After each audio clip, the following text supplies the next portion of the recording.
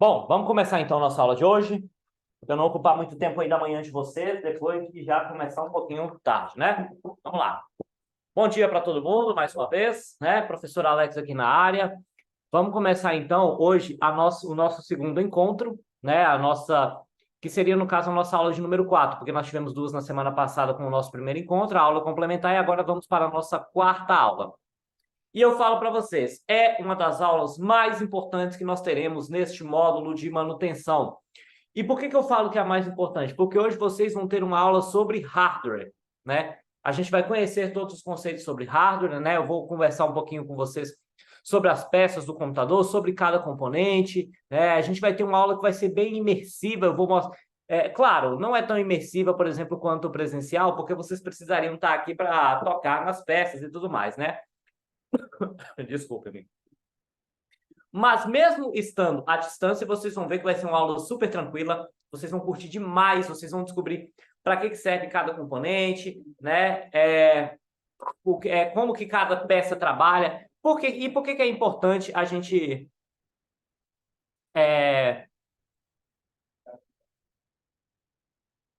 e por que é importante a gente fazer isso, né? Porque a gente conhecer cada uma das peças. Só um minutinho aqui, galera.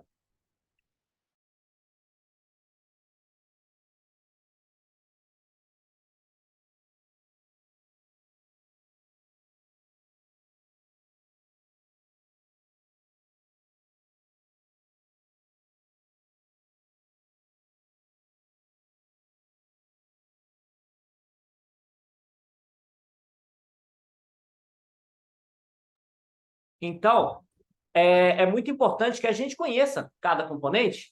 Por quê? Porque como é que você vai arrumar uma peça do computador se você não sabe como que aquela peça trabalha e tudo mais? Então, é muito importante que cada peça, que cada componente, a gente conheça ela bem para que, quando a gente vê algum problema no computador, a gente já tenha o discernimento de saber como é que a gente arruma e tudo mais.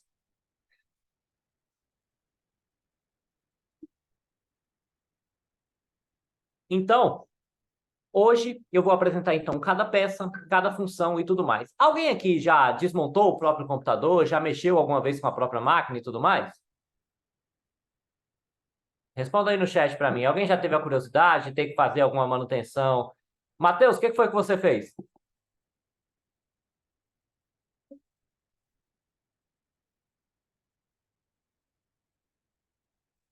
E você, Ian Gabriel, o que foi que você fez na sua máquina? Desmontou para limpar? Ó, pô, o cara já manja, então. Deu tudo certo. Se deu tudo certo, desmontar para limpar, beleza. É uma coisa que pode, se você fizer de forma errada, pode dar ruim, viu? Então, eu vou começar a compartilhar aqui o slide para vocês então conhecerem cada componente e tudo mais. Desmontei para tragar algumas peças. Ó, o cara já é expert já, ó, já fez uma manutenção, já fez um upgrade aí, ó, vai vendo. Bom, trazer minha carinha aqui para o meio. Todo mundo vendo o slide aí, galera? O slide está aparecendo aí para vocês? Todo mundo está conseguindo ver?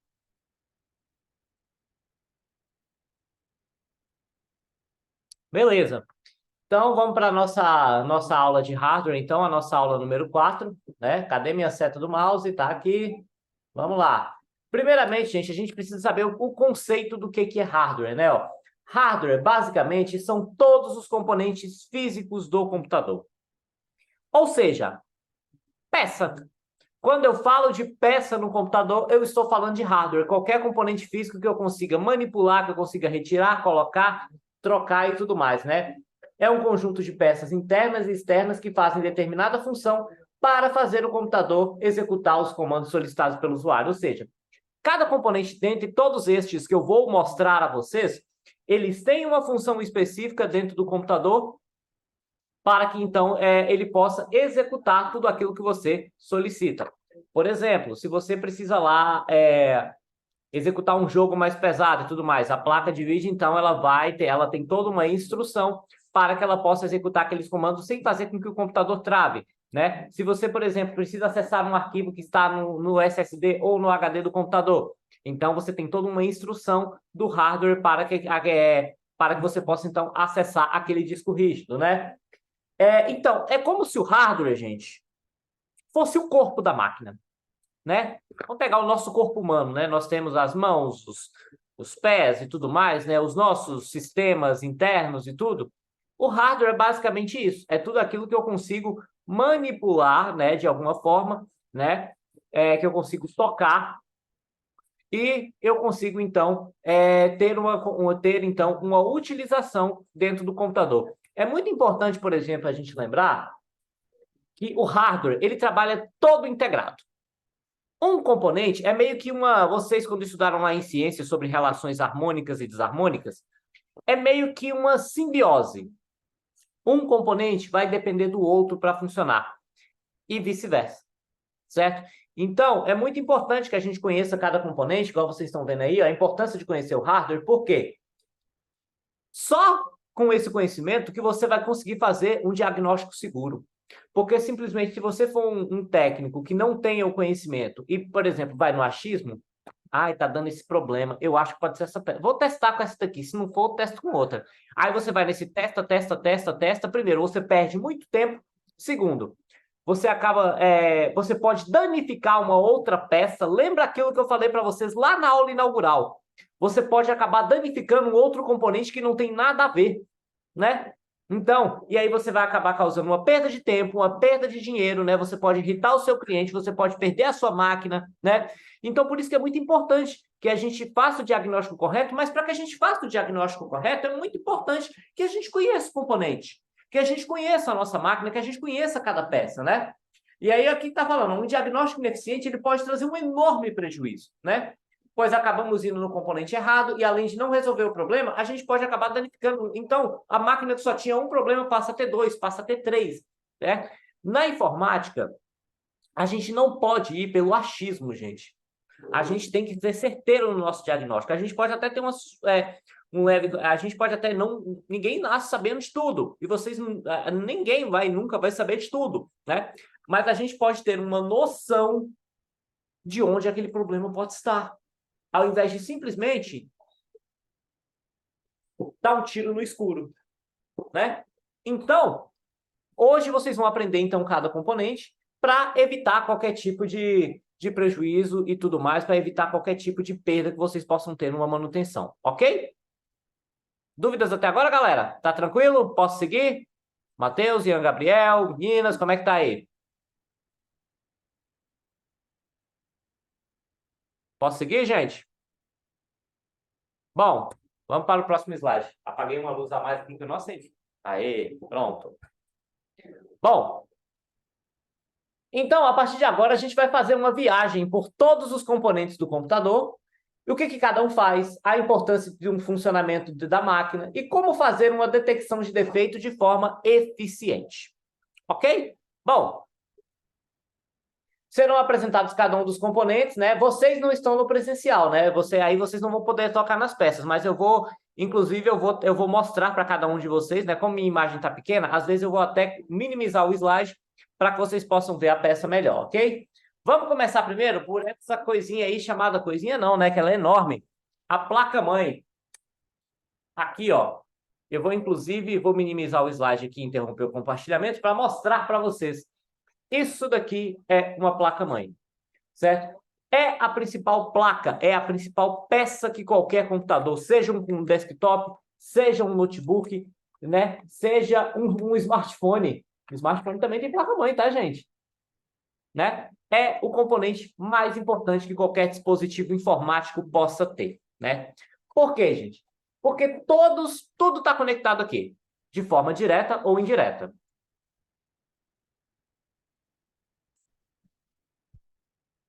Não sei se vocês gostam de chá, gente, mas enfim, né? Eu sou velho, eu gosto de chá. Então,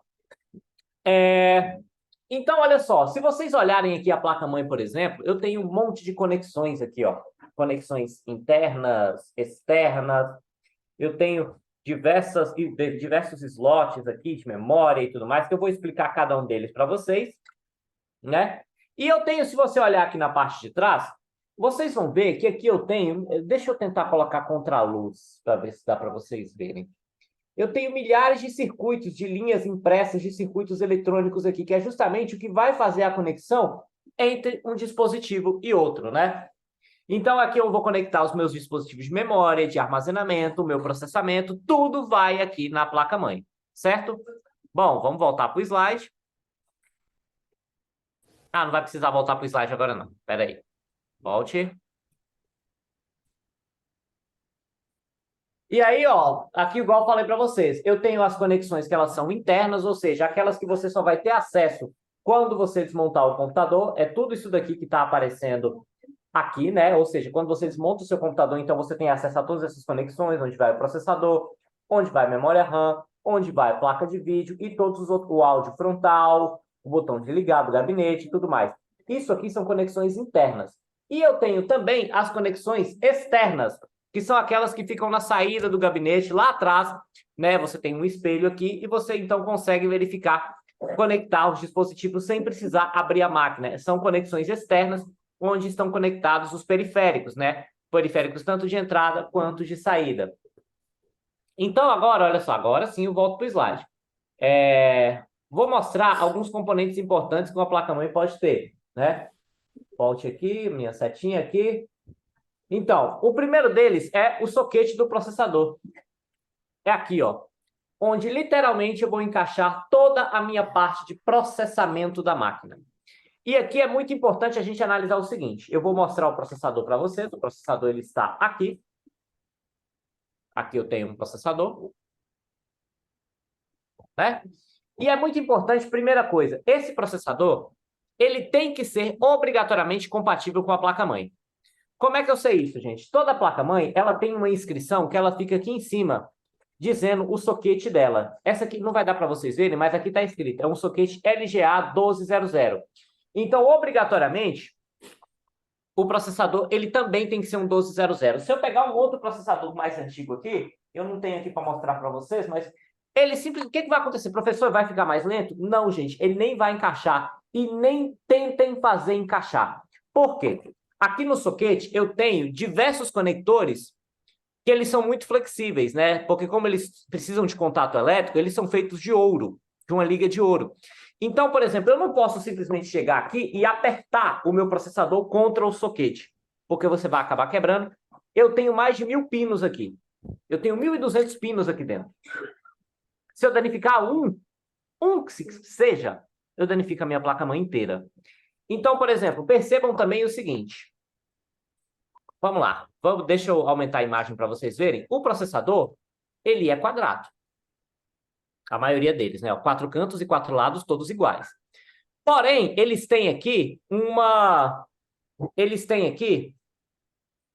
olha só, eles têm 2 ressaltos, ó, nas laterais, aqui e ali. E eles são ressaltos assimétricos, ou seja, eles não estão no meio. Por quê? Isso daqui é uma guia para vocês saberem como vocês vão encaixar o processador. Então, olha só, aqui na placa-mãe, não sei se vai dar para ver, mas vou tentar aproximar. Eu também tenho 2 guiazinhas de plástico que elas ficam aqui, que é justamente onde eu vou encaixar o meu processador. Então, tem que ter todo cuidado. O soquete é uma parte que ela é muito frágil. E é o seguinte, aqui eu tenho uma placa-mãe para processador Intel. Reparem, igual eu falei para vocês, os pinos, eles ficam no soquete. Por isso que eu falei que é bem frágil. Agora, eu vou pegar aqui uma placa-mãe que ela é AMD. O AMD é o contrário. Os pinos, eles ficam... Opa, peraí. Os pinos, eles ficam no processador. O processador, ele tem pinos. Aqui, ó, deixa eu ver se eu acho um para mostrar para vocês. Ó. Os pinos ficam no processador. E aí, aqui eu tenho uns buraquinhos aqui. Então, só para a gente não se confundir. Ah, professor, então quer dizer que não dá para eu colocar um processador AMD numa placa-mãe Intel? De jeito nenhum. Cada macaco no seu galho, tá, gente? Então, onde um vai servir, o outro não vai encaixar, tá bom? Então, é necessário a gente ter todo esse cuidado. E, claro, mesmo sendo processador Intel e placa-mãe Intel, tomem cuidado para você não colocar, por exemplo, uma placa-mãe com o soquete errado. Né? Por exemplo, uma placa-mãe 1200 com um processador 77. Ó, aqui eu tenho uma placa-mãe que é com outro soquete, ó, com 1155. Veja, é uma placa-mãe mais antiga. Eu vou tentar colocar, está danificado mesmo, tá, gente? Eu vou tentar colocar esse processador aqui, que ele é um 1200. Olha só o que vai acontecer.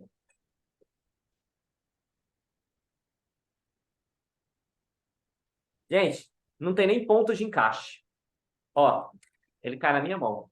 Aqui não. Eu já tenho ponto de encaixe, ó. Eu vou encaixar certinho Eu aqui, ó. fui na aula. Ó, vou colocar aqui.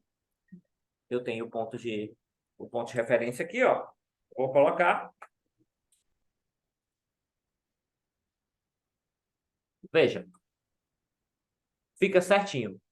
Por quê? Porque essa placa-mãe é compatível com esse processador, ok? Então temos que tomar todo o cuidado com isso, ok? Vamos voltar aqui para o slide. Todo mundo entendeu essa parte de soquete e processador, gente? Tá tranquilo? Acharam difícil, complicado? Minha explicação foi rápida demais? De boa?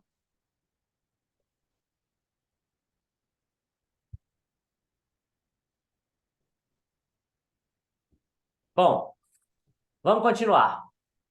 Outra coisa que eu tenho aqui, a conexão da minha fonte, que ela fica aqui. A conexão da fonte é o que vai energizar tudo isso daqui. Eu tenho a fonte de alimentação, vou mostrar daqui a pouco para vocês. O que vai energizar a placa-mãe, ela tem duas conexões. Por quê? Alguns componentes dela precisam de 12 volts para funcionar. Outros precisam de apenas 5. Então, por isso, eu tenho duas conexões, cada uma com uma voltagem diferente. Onde que eu vou receber 5 volts? Nesse conector aqui, ó, de 24 pinos, que ele fica na lateral.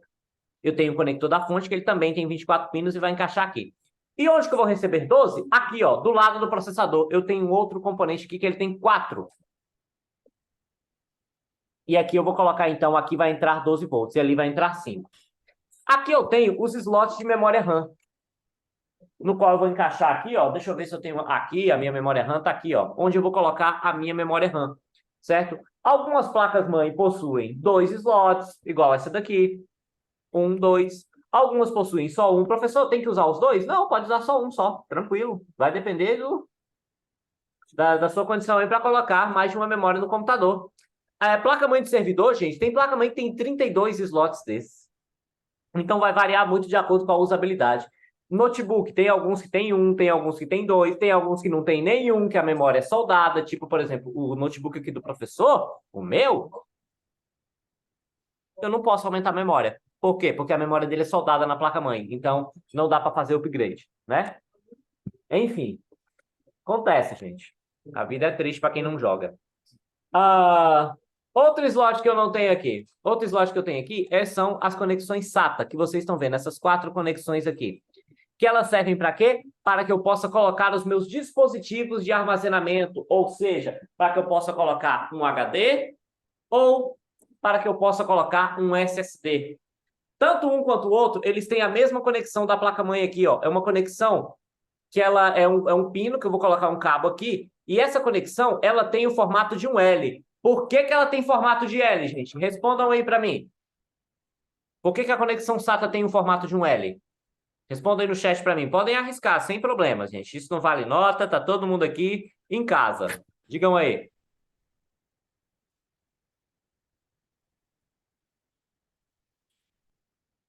Se ninguém responder, eu vou escolher um aleatório aqui para responder.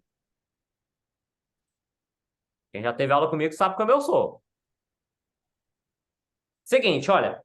Presta atenção aqui, ó. O conector SATA, olha só. Você tá vendo que ele tem um formato de um L aqui, ó? O conector de dentro?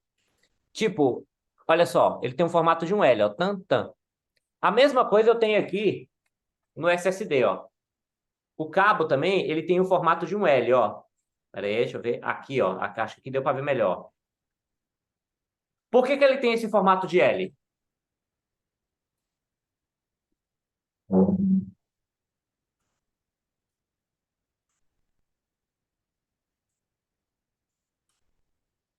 Vou responder para vocês, gente. O conector, ele tem esse formato de L, por quê? Porque ele só encaixa de um único jeito.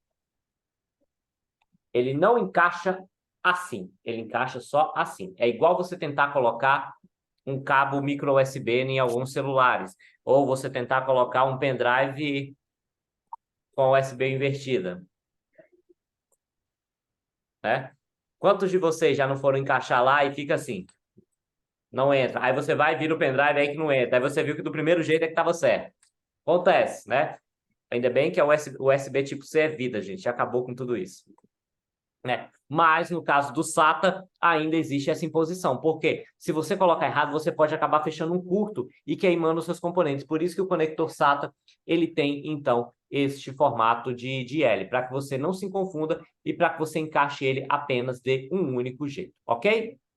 Bom, voltando aqui para o slide, esses slides aqui, ó, o NVMe, ele já é mais das placas-mães mais novas, principalmente de computador gamer, né? Então, esse a gente não vai estudar agora, mas tem algumas placas-mães que possuem ele, que é o quê?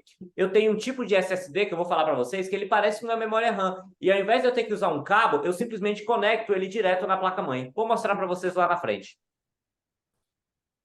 Aí eu tenho aqui as conexões externas, igual eu falei para vocês, ó. Então eu tenho aqui saída PS2, né? Que são essas saídas aqui para que eu possa conectar mouse e teclado. Hoje é muito difícil a gente comprar um computador que ele venha com o mouse PS2. Eu ainda tenho um aqui para mostrar para você, né? Trouxe aqui, ó, um mouse com conexão PS2. Tá aqui, ó. Lembrando, o mouse e a conexão PS2 sempre vai ser na cor verde, teclado sempre na cor lilás. Por que que o PS2 ele caiu, ele não tá mais tão popular? Primeira coisa, ele só encaixa de um jeito também. Vou ampliar aqui, olha só. O conector dele é meio esquisitinho, ó. Ele só encaixa de um único jeito. E aí o que tinha de gente que colocava errado e quebrava esses pinos, não era pouco.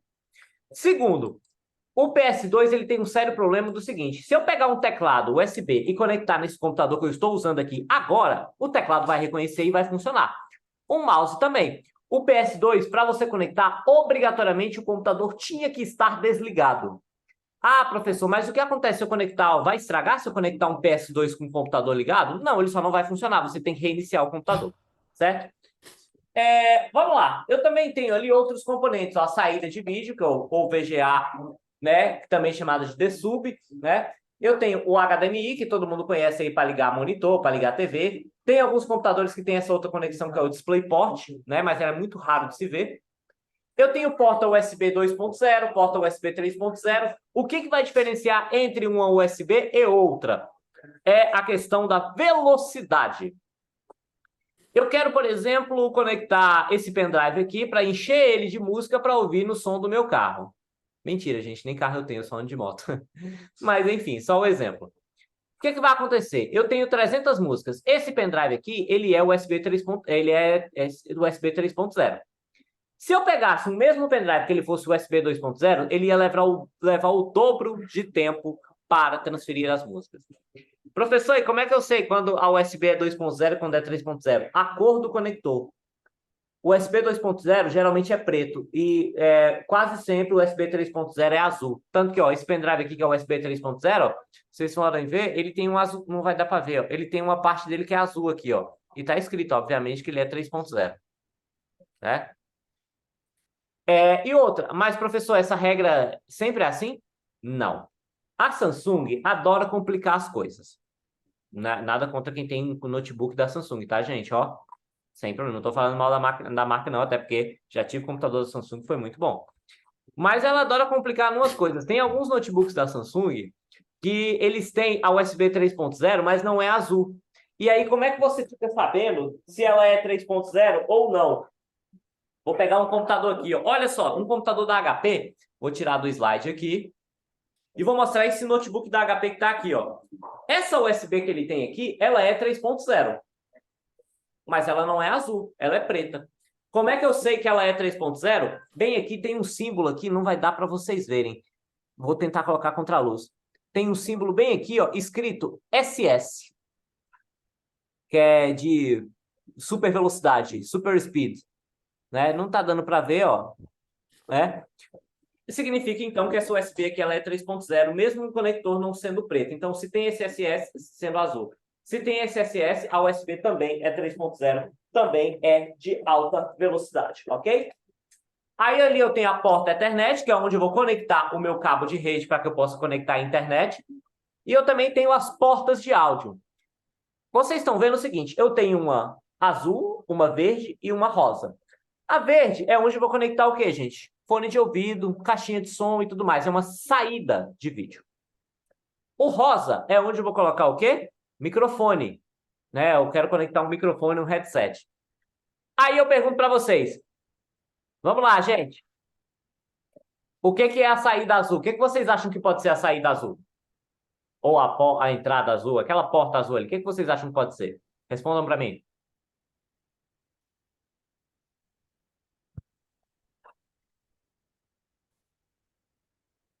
Não, porque a webcam, mesmo as webcams que elas têm porta de áudio, elas pegam a conexão a rosa. Eu peguei uma webcam aqui, por exemplo, só que essa aqui ela já é USB, então o áudio já vai direto pela USB. Eu tenho uma outra ali que ela tem uma saída, uma coisa de áudio, mas ela vai na do microfone.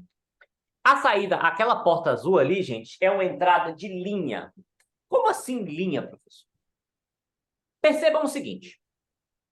A rosa é para eu colocar um microfone. Mas se, por exemplo, eu quero ligar uma guitarra no meu computador, óbvio que você não vai ligar direto, senão você vai queimar seu computador, você tem que ligar com um amplificador. Liguei lá uma guitarra. A guitarra, se eu ligar ela no conector do microfone, o áudio dela vai sair todo distorcido. Você não vai conseguir aproveitar nada do som dela.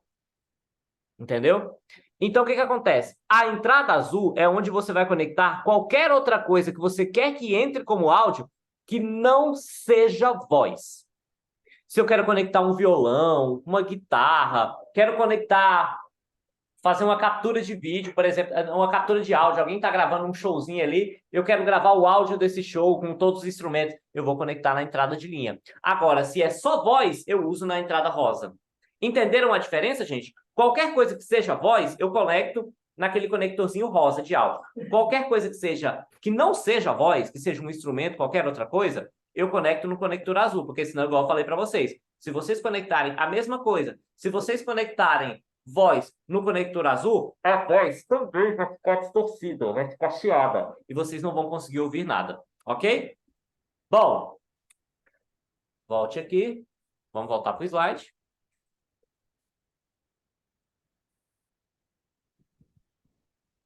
Aqui, ó, os conectores de áudio que eu falei para vocês. É porque estava fora do slide, vocês não viram, ó. Microfone, porta de fone de ouvido e caixa de som. E aqui a entrada de linha, onde eu vou conectar qualquer coisa que não seja voz, ok? Agora vamos para o processador. A gente falou tanto da placa-mãe, que é tão amplo e tudo mais. Vamos para o processador agora, né? O processador, deixa eu pegar ele de volta aqui, é onde tudo acontece. Ou seja, todos os cálculos, os algoritmos, tudo é feito dentro dessa pequena pecinha que vocês estão vendo aqui, certo? Eu tenho milhares de microchips aqui que vão fazer todos os cálculos. Um processador é capaz de fazer bilhões de cálculos por segundo, né? Por exemplo, e o processador, ele tem uma memória aqui dentro que a gente chama de memória cache. Sabe quando vocês estão lá no Google Chrome de vocês e aí o computador, o Google Chrome vai, fecha? E aí, quando vocês vão reabrir ele de novo, ele dá a mensagem: deseja abrir as abas que estavam abertas anteriormente? Tá, mas espera aí, como é que o computador sabe disso? A memória cache do processador salvou essas informações. Então, quanto mais cache um processador tiver, mais eficiente ele vai ser, mais informações ele pode guardar. Lembrando que memória cache é uma memória volátil, ou seja, desligou o computador, o que está armazenado ali é apagado, ok? E outra coisa que, inclusive, os vendedores utilizam muito para vender um computador é o clock do processador, que é medido é uma unidade física chamada Hertz, né? Então, por exemplo, um processador com 2 GHz é capaz de fazer 2 bilhões de cálculos por segundo. E quanto maior é o clock, mais forte é o processador para tarefas pesadas. Por exemplo, este daqui é um Core i3 10100F. Ele tem 3,6 GHz. Ele é capaz de fazer 3,6 bilhões de cálculos por segundo. Então, ele é muito forte. Só que ele gasta também muita energia. Por exemplo, vou pegar aqui o meu computador. Eu tenho aqui um notebook que ele tem um processador de 1,4 GHz. Nossa, professor, então seu computador ele é muito fraquinho, né? Mas aí o que acontece? Imagina eu colocar um processador de 3,6 GHz em um notebook. A bateria não ia durar 30 minutos. O meu notebook fica fora da tomada 9 horas. Por quê? Porque ele tem um processador pensado em um dispositivo que economiza energia. Agora, se eu tenho um computador gamer cheio de RGB, que vai ficar lá, que vai funcionar o tempo todo no talo, na tomada, não tem preocupação com isso, né? Sem problemas. Então, o clock do processador, para essas tarefas, ele pode ser mais forte, entendeu? E outra coisa, um processador, ele pode ter vários núcleos de processamento. Vamos imaginar o seguinte, vamos pegar esse processador aqui e dividir ele em 4 quadradinhos aqui. Cada quadradinho desse vai ser um núcleo. O que é um núcleo, gente? É como se fosse um processador dentro do processador, certo? E aí eu consigo dividir melhor as minhas tarefas. Quem utiliza muito isso? Fabricante de celular. Ah, que eu tenho lá um Galaxy A23 5G octa-core. Ou seja, ele tem um processador de 8 núcleos. Então quer dizer que o professor ele vai funcionar com o octa-core o tempo inteiro? Não. 8 núcleos. Ele tem 4 núcleos que é para desempenho, que é onde o celular vai ser exigido. Quando você for jogar lá o seu jogo, o gráfico vai funcionar perfeito, o jogo não vai travar. E eu tenho 4 núcleos de processamento, que é para quando o celular estiver onde? Com a tela desligada no seu bolso. Se ele funcionasse os 8 núcleos o tempo inteiro, primeiro, a bateria não ia durar nada. Segundo, você ia machucar sua perna, porque ele iria esquentar demais. Então, é onde eu consigo dividir melhor as minhas tarefas. Eu consigo direcionar alguns núcleos do processador para economia de energia e outros para desempenho. Tem um notebook que a Samsung lançou recentemente, que ele tem um processador pentacore, ou seja, ele tem 5 núcleos. E ele é um computador que a bateria dele dura quase 15 horas. Qual que é o segredo para que a bateria dure tudo isso, professor? 5 núcleos. 4 núcleos são só de economia de energia. Então, ele funciona com desempenho bem baixinho quando você está usando tarefas leves na bateria e tudo mais. Esse núcleo aqui é que é o bichão. É que dá todo o desempenho do computador. Mas ele só vai ser usado quando tem alguma tarefa pesada. Então, o processador consegue dimensionar o que o usuário está usando, quantos núcleos, quantos cores eu vou usar naquela tarefa, ok? E aí, hoje, nós temos 3 fabricantes de processador, tá, gente? Nós temos a Intel, igual eu falei para vocês, tá aqui. Eu tenho a AMD. Detalhe, as diferenças. Lembra que eu falei para vocês, Intel, eu não tenho pinos no processador, eu tenho pinos na placa-mãe. AMD, eu tenho pinos no processador, certo? E eu também tenho a Apple, que também fabrica os seus próprios processadores. Professor, e os pinos da Apple ficam aonde? Não ficam. Processadores da Apple são equipados apenas nos computadores da marca Apple e são todos soldados. Você não tem como tirar, você não tem como fazer upgrade, você não tem como fazer absolutamente nada, ok? Aí agora vamos para um outro componente muito importante, que é a memória. Memória, gente, quando eu falo para vocês de memória, sempre vem à mente que é um lugar onde eu vou armazenar alguma coisa, né? Seja uma lembrança, seja guardar um arquivo e tudo mais, né? Então, a memória é o componente, digamos, um dos mais importantes do computador, que é onde eu vou armazenar as minhas informações, né? E aí tem vários tipos de memória. Tem algumas memórias que têm armazenamento temporário, permanente, algumas são regraváveis e outras não.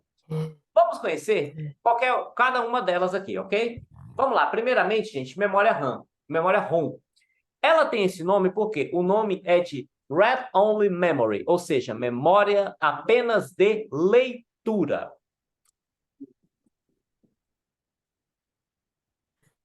Se eu pegar aqui uma placa-mãe, eu tenho diversos microchips aqui pequenininhos em todo lugar, que estão soldados, que tem as informações do funcionamento de como essa placa-mãe tem que gerenciar tudo isso daqui.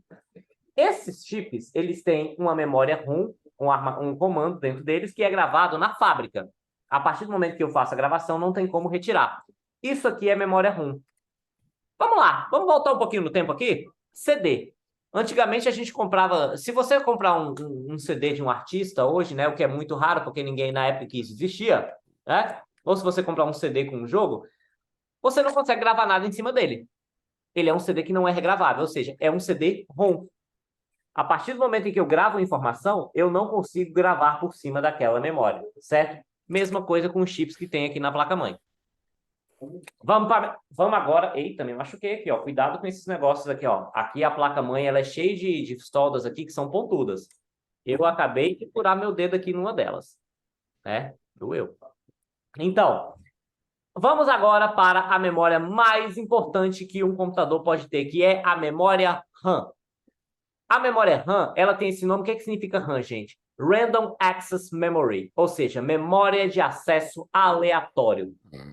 Tudo que vocês fazem no computador, jogos e tudo mais, ficam armazenados aqui, jogos, aplicativos e tudo mais, né? É o que guarda as informações durante a execução de aplicativos.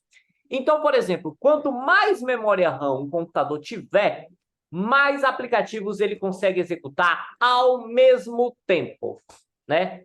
Então, por exemplo, um computador que tem 4 GB de RAM, um computador com 8 GB, ele é mais rápido, consegue executar, abrir mais programas do que um de 4 GB. Um computador de 2 GB de RAM, que hoje, em dias de hoje, é praticamente impossível de usar, né? Mas ainda tem. Então, ela é uma memória volátil, ou seja, ele desligou o computador, ela apaga todas as informações. Ela possui diversos chips aqui, que é nesses chips que é onde são guardadas as informações da memória, ok? Gente, for manipular uma memória RAM, nunca façam isso que eu estou fazendo. Nunca peguem na parte dourada. Professor, por que você está fazendo? Porque essa memória aqui já está danificada, né? Sempre peguem nessa parte aqui. Ou pode pegar na quina. Sem problemas, mas nunca peguem na parte dourada, certo? E aí, ó, é muito importante a gente ver o seguinte, que existem diversos tipos de memória RAM para a gente não acabar se confundindo. Por quê? Cadê aquele notebook que estava aqui? Vou pegar ele aqui. Deixa eu abrir aqui a tampa da memória dele para mostrar um negócio aqui para vocês.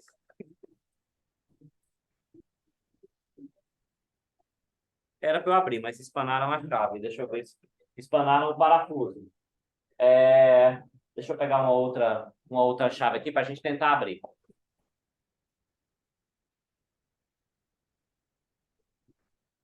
Ó, aqui, vou abrir aqui a tampa para mostrar para vocês. Onde eu vou colocar, vamos interromper o slide aqui, para vocês ficarem na tela grande. Vou abrir aqui a tampa desse notebook, onde eu vou encaixar a memória RAM. E aqui eu vou pegar uma memória RAM. O que é que vocês estão vendo de erro aqui, gente? Eu tenho 2 slots de memória RAM e eu tenho uma memória RAM. O que é que vocês estão vendo? O que é que vocês estão vendo de erro aqui, gente? Respondam para mim. Uma memória RAM e eu tenho aqui 2 slots. O que é que vocês estão vendo de errado?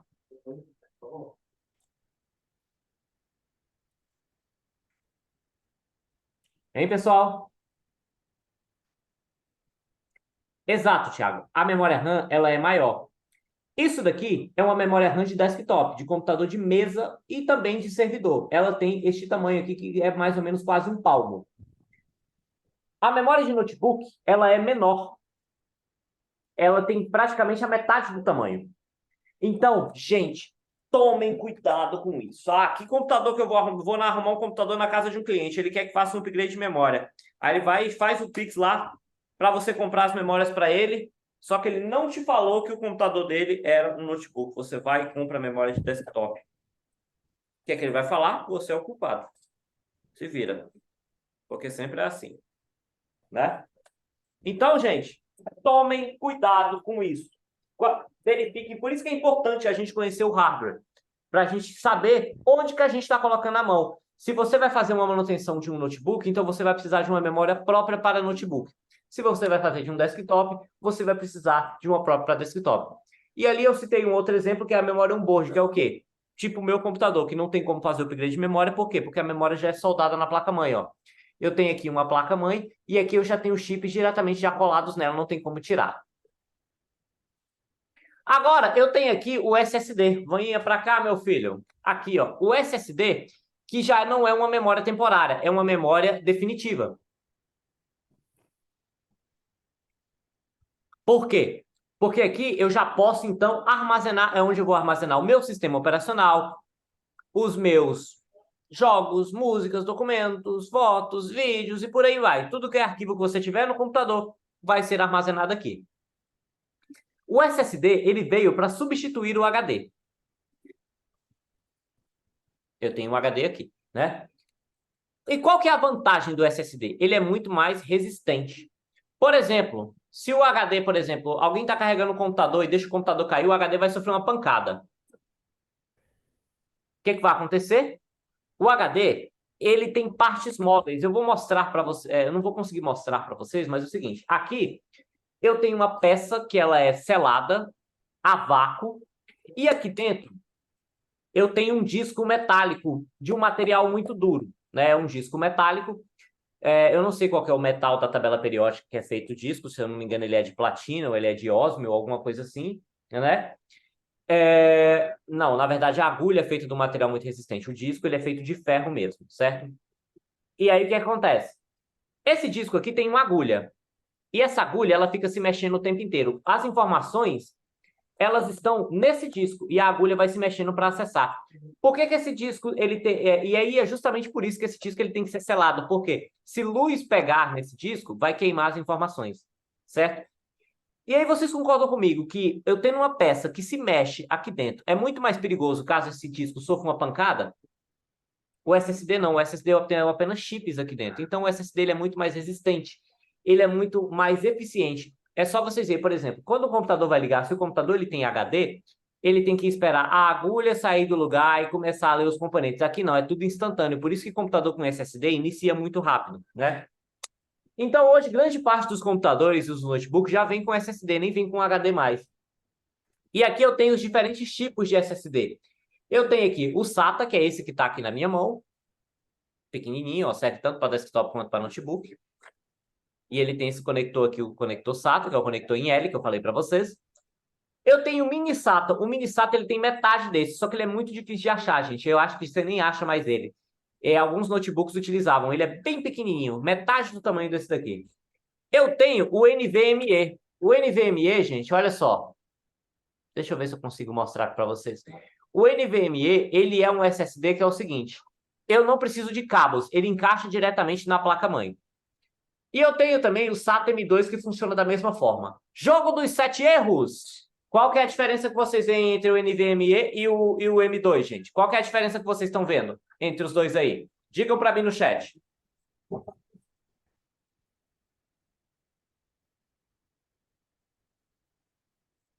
Hein, galera? O que vocês estão vendo aí de diferente? O NVMe e SSD M2. Exatamente, a conexão. Um tem apenas um corte, o outro tem dois. Tomem muito cuidado com isso, gente. Por quê? Tem muito notebook à venda hoje que ele tem slot NVMe. Tem muito notebook que ele tem slot M2. E teve um amigo meu que uma vez o notebook dele era M2 e ele comprou o NVMe. É parecido? É, mas não encaixa. E não funciona. E ele só foi descobrir isso depois de 7 dias, não tinha mais como devolver. Ele tomou um prejuízo enorme. E aí tem esse outro tipo aí, que é o PCI Express, que ele vai diretamente no slot da placa-mãe. Só que ele é muito caro e muito difícil de achar, ok? Aí o HD, igual eu falei para vocês, o HD, olha só. Durante décadas ele foi usado para armazenamento. Ele tem um disco metálico que ele gira em velocidades de 4.200 a 15.000 RPM. E ele é lido por uma agulha metálica. E essa agulha ela é muito rígida. Essa agulha, se eu não me engano, ela é feita de platina, porque é um metal que ele não arranha, que ele não se desgasta, né? E o grande problema do HD é que, por ele ter componentes móveis, a sua leitura é muito lenta e ele é muito frágil. Se você pegar dois notebooks na mão e começar a fazer assim, ó, um tem HD e o outro tem SSD. Você vai fazer, os dois são ligados, você faz assim, ó. Começa a sacudir os dois. Em 40 segundos esse aqui vai travar. Porque você está submetendo o HD a uma força que não é para ele. O SSD não tem esse problema não. Certo? Tá, professor, mas isso significa então que o HD eu posso descartar? Vou jogar ele aqui, porque esse aqui é muito pesado, vai quebrar aqui a mesa. Não, o HD ele ainda tem uma vantagem sobre o SSD, que é o que, gente? A durabilidade. Eu tenho na minha casa um HD que eu comprei em 2008, ou seja, há 15 anos atrás. Eu tenho esse HD até hoje, ele está funcionando e ainda tem arquivos nele. Desconsiderando condições anormais, o HD ele é muito resistente. Você deixar ele quietinho lá no lugar, ele dura por 10, 20 anos. O SSD não dura, professor? Nem tanto. Espera aí, galera, desliguei o microfone aí, por favor. O SSD não tem essa mesma durabilidade, professor? Depende. Eu tenho chips aqui e o que acontece? Os chips eles têm uma taxa limite de informações que eu posso adicionar e apagar, adicionar e apagar, adicionar e apagar, adicionar e apagar. Depois de alguns anos, claro, uns 8, 10 anos, ele vai começar a dar falha. Por quê? Porque aquele chip já não consegue armazenar mais arquivos como antes, de tanto sobrepor arquivos um sobre o outro. O HD não tem esse problema. Então, por exemplo, professor, você ainda recomenda usar um HD no computador? Pode. Você pode usar um SSD para iniciar o seu sistema operacional, colocar seus jogos e tudo mais. Aí você quer gravar aquelas suas fotos, suas músicas? Pode usar um HD, né? Que inclusive o HD é mais barato para você ter mais armazenamento, ok? Bom, eu tenho também, aí aqui eu tenho alguns tipos de HD, depois eu vou mostrar para vocês, tá bom? Eu tenho também a memória flash. O que é a memória flash, gente? Um pendrive, um cartão de memória. Basicamente, a memória flash é uma memória que você pode tirar do seu computador e colocar com ele ligado o tempo inteiro, sem precisar se preocupar, né? Então, ele é usado justamente em armazenamentos menores, em cartão, em memória interna de celular, em cartão de memória ou em pendrive. Para tudo isso funcionar, precisa de energia, né? E aí a gente chega nesse outro componente aqui, ó, a fonte de alimentação. Tanto o desktop quanto o notebook tem fonte, tá bom, gente? Só cada notebook é aquela que vai na tomada. Então, gente, a fonte é onde eu tenho esse monte de fios aqui, e cada um deles vai direcionar para um hardware do computador. Um vai para o SSD, outro para a placa-mãe, e vai entregar a energia correta que cada componente precisa, certo? E outra coisa, existem fontes que elas são bivolt e outras fontes que elas são chaveadas, que elas têm a chave 110, 230, 115, 230. Eu já vi muito técnico ter problema com isso aqui. Eu já tive problema com isso aqui. Voltagem errada. Se você vai ligar o seu computador, verifica onde você vai ligar. Se você vai ligar na tomada direta aqui em Brasília, você deixa no 230. Aí você vai ligar ele no estabilizador, você vai deixar como o estabilizador geralmente tem saída 115. Então você vai mudar a voltagem para 115. O que vai acontecer se você ligar em 115 na tomada direto? Bom, o computador, a fonte vai queimar. Algumas fontes queimam só saindo fumaça, outras dão um pipoco. Mas, de qualquer forma, você perdeu a fonte. E o inverso, professor, o que acontece? 230 e a tomada é 115. Nada.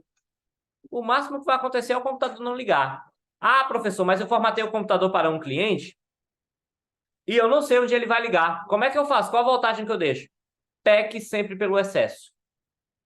Então, o que você vai fazer? Vai deixar o computador ligado, então, em 230. Se ele ligar, não vai queimar. Só não vai. Se ele ligar na tomada 115, o máximo que vai acontecer é o computador não ligar. Mas o inverso, ele pode acabar queimando a fonte, queimando até outro componente. E outra, quanto mais dispositivos um computador tiver, mais, por exemplo, a placa de vídeo parruda, ele vai ter que ter uma fonte mais forte para aguentar o tranco, entendeu? Falando nela, a placa de vídeo é o componente que vai gerar a imagem da interface gráfica do computador. Ela pode ser um board. O que é um board, gente? É quando eu não tenho uma placa separada. Então, eu tenho uma placa. E onde fica essa placa integrada, professor? Eita, cadê? Minhas peças estão sumindo aqui. Onde que fica a placa quando ela não você tem uma placa de vídeo on-board? Ela fica dentro do processador. Então, muitas vezes você vê lá, placa de vídeo, Intel, HD, não sei o quê, é porque ela fica aqui dentro, tá? Mas, por exemplo, se eu já quero um desempenho maior, eu posso colocar uma placa de vídeo off-board. Você instala ela no computador, então você pode ter um desempenho melhor para gráficos, para vídeo e tudo mais. Lembrando, se eu for colocar uma placa de vídeo, obviamente que dependendo, eu tenho que também trocar a fonte, ok? E aí, onde é que eu instalo essa placa de vídeo, professor? Ela vai instalada aqui, ó. Aqui no slot PCI Express, que é esse slot aqui embaixo, ó. Aí eu vou simplesmente encaixar.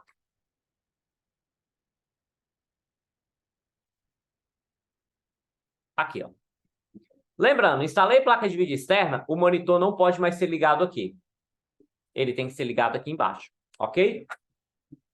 Bom, o gabinete. Vou pegar um aqui. Pegar uma caixinha aqui.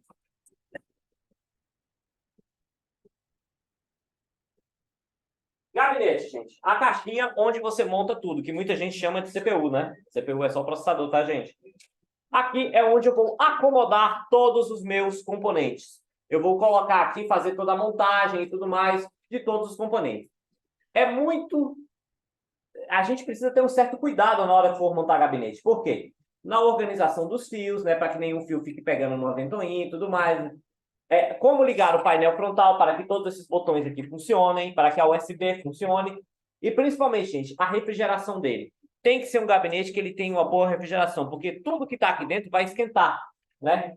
E mesmo com cooler, se o gabinete ele não for tão bem refrigerado, eu posso acabar danificando algum outro componente meu. E eu tenho diversos tipos de gabinete. Por exemplo, eu tenho o gabinete que é esse normal, que é o que a gente chama de torre. Eu tenho o gabinete que é o SFF, né, que é o Small Form Factor, que ele também é conhecido como gabinete Slim, que é o quê? Aqueles fininhos, gente, pequenos, né? E eu também tenho o gabinete de rack, que é o gabinete que é usado em servidor. Por que ele tem esse nome? Porque ele é deitado. É porque eu não tenho um aqui, senão eu mostraria para vocês. Ele não fica em pé. E ele tem duas alças que ele funciona no formato de uma gaveta. Então, se você precisa fazer manutenção no servidor, você simplesmente só puxa a gaveta dele. Ok? Eu tenho também o monitor, que é onde vai transferir toda a imagem do vídeo para mim, certo? Ou seja, onde eu vou ter a minha saída de vídeo.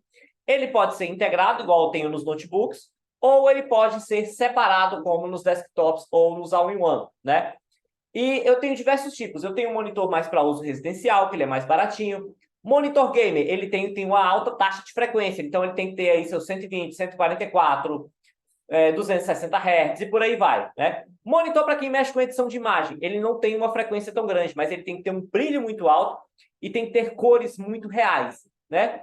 E aí eu tenho diversos outros tipos de monitores que eles podem...